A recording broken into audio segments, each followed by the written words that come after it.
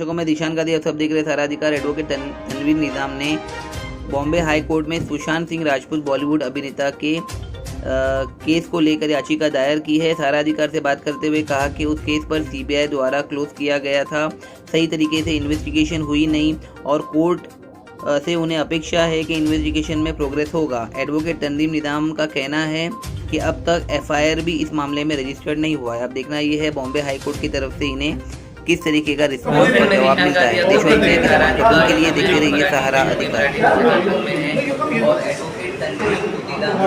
हमारे साथ सुशांत सिंह राजपूत का जो केस है, one of the most highlighted case, television channel पर इससे काफ़ी सारे डिबेट हो चुके हैं और केंद्रीय जांच ब्यूरो सीबीआई ने जांच अपने हाथ में ले ली थी और ये गहन किया था। 22 मार्च 2025 को एक क्लोजर रिपोर्ट दाखिल की सेंट्रल ब्यूरो ऑफ इन्वेस्टिगेशन ने। इसमें गड़बड़ी की संभावना को खारिज किया गया था और मौत को आत्महत्या के रूप में पुष्टि की गई थी। इस पर काफ़ी सारे डिबेट हुए।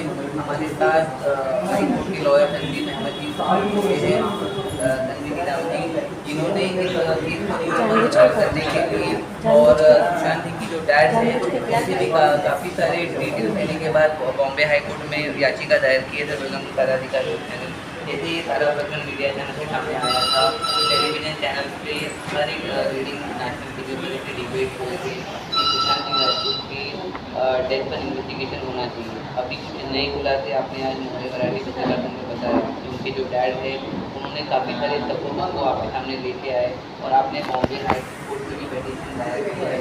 ये सारा प्रकरण कैसे है हमारे दर्शकों को?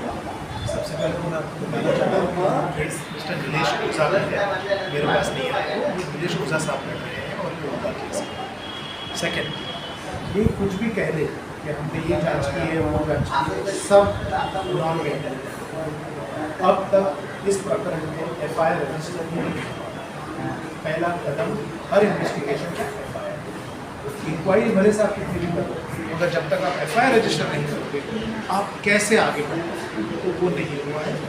दिशा सानिया के केस में कुछ भी प्रोग्रेस नहीं। क्या Nilesh Ojha ji central bureau of investigation का दरवाजा फिर खटखटाएंगे या बॉम्बे हाई कोर्ट में जो याचिका दायर हुई है, पीआईएल फाइल हुआ है, उसमें क्या क्या कंटेंट उन्होंने लिखा है कि what type of investigation is demanding और नार्को टैक्स की आपने बात की है, तो ऐसे कौन से कल्प्रेट्स हैं या लोग हैं जो इनका नार्को टैक्स को करना चाहते हैं, कहाँ तक इन्वेस्टिगेशन पहुँचा है दर्शक के जाने में?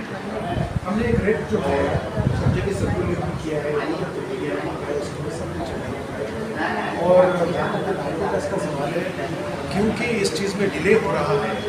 तो सतीश सारियाल साहब ने ये बोला है कि अगर आपको लगता है कि मैंने झूठ बोला है और अगर आपको लगता है कि मैंने आपको मिसगाइड किया है तो आप मेरा नार्को टेस्ट करें। बशर्त ये है कि सामने वाले जितने भी एक्यूज का नाम मैं बता रहा हूँ उनका भी आप नार्को टेस्ट करें ताकि आपको मालूम पड़ जाएगा सच क्या है।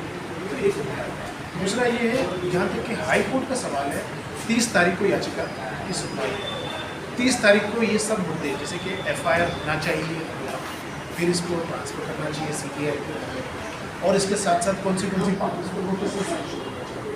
और इसके अंदर जो एविडेंसेस हमने जो दिया है पिटीशन के अंदर, चैट्स वगैरह जो बहुत सारे चीज़ उसके ऊपर कोर्ट नजर रखनी चाहिए। लोगों का ये भी कहना है कि रिया चक्रवर्ती जो है उसका इन्वॉल्वमेंट नहीं था एंड सुशांत सिंह राजपूत जो है उसको ड्रग्स की आदत पड़ गई थी और इन्वेस्टिगेशन का जो मुद्दे है मीडिया चैनल उसको हाईलाइट नहीं कर सकते। तो आप क्या एक्सपेक्ट करते हो कि कोर्ट की तरफ से किस तरीके का निर्णय मिलना चाहिए? क्योंकि अगर सुशांत सिंह के डैड अगर आपके पास आ रहे हैं या फिर उनके करीबी लोग आपके पास आ रहे हैं तो व्हाट इज़ द अल्टीमेट उनका डिज़ायर क्या है कि कोर्ट की तरफ से किस तरीके का सहयोग मिलना चाहिए और आप उनको कैसे? देखिए ये ड्रग चार्जेस वगैरह जो है सुशांत सिंह की बिल्कुल बेबुनियाद एक एविडेंस नहीं है जिसके अंदर सुशांत सिंह ड्रग्स खाते हुए पीते हुए मिले हुए सब कुछ nothing of that exist. Even मैं आपसे एक सवाल पूछता हूँ, आपका नाम क्या है? निशा। अगर आप ड्रग्स लेते हो तो किसी को भी आपको मारने का नहीं ना, संविधान आपको देता है ना प्रोटेक्शन ऑफ लाइफ। तो ये सब छोड़ दीजिए, ये सब इसने ये किया था उसने वो किया था इसका ये अवैध संबंध था, ये सब बोली है कहानियाँ हैं चलते रहती है। नेक्स्ट हियरिंग में क्या आप एक्सपेक्ट कर रहे हो? हम एक्सपेक्ट कर रहे हैं मुंबई हाई कोर्ट अभी याचिका देखें और एक अच्छा ऑर्डर पास करें ताकि एक FIR हो रजिस्टर सबसे पहले, और फिर ये इन्वेस्टिगेशन मुंबई पुलिस तो नहीं कर पाई, मुझे नहीं लगता।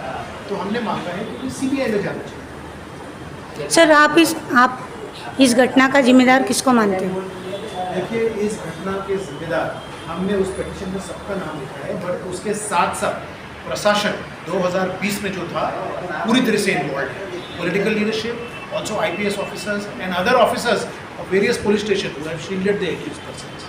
Sir, until the crime is not proved in the court, then the person who is like ruling guilty or whatever is not guilty.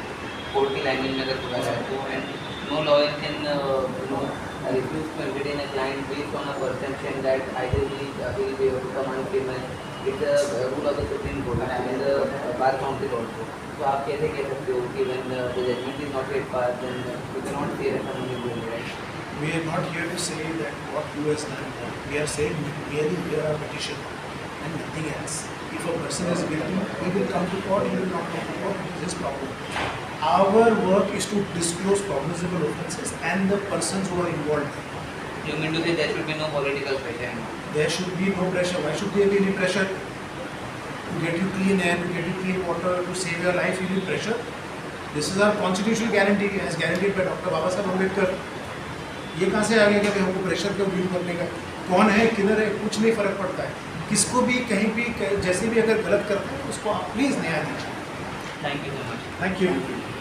जैसे वो ये थे हमारे sir advocate Tanveer Nizam, who was highlighting on the case of Sultan Singh Rajput, and he has filed a petition in Bombay High Court, और इनकी जो next hearing है वो 30th को होने वाली है, and he has mentioned all the point and is looking that justice should be prevailed and it should get a good response from the court also. Now let's see what the Bombay High Court gives the judgment in his favor. To get all the updates regarding our news channel, please do keep watching Sahara.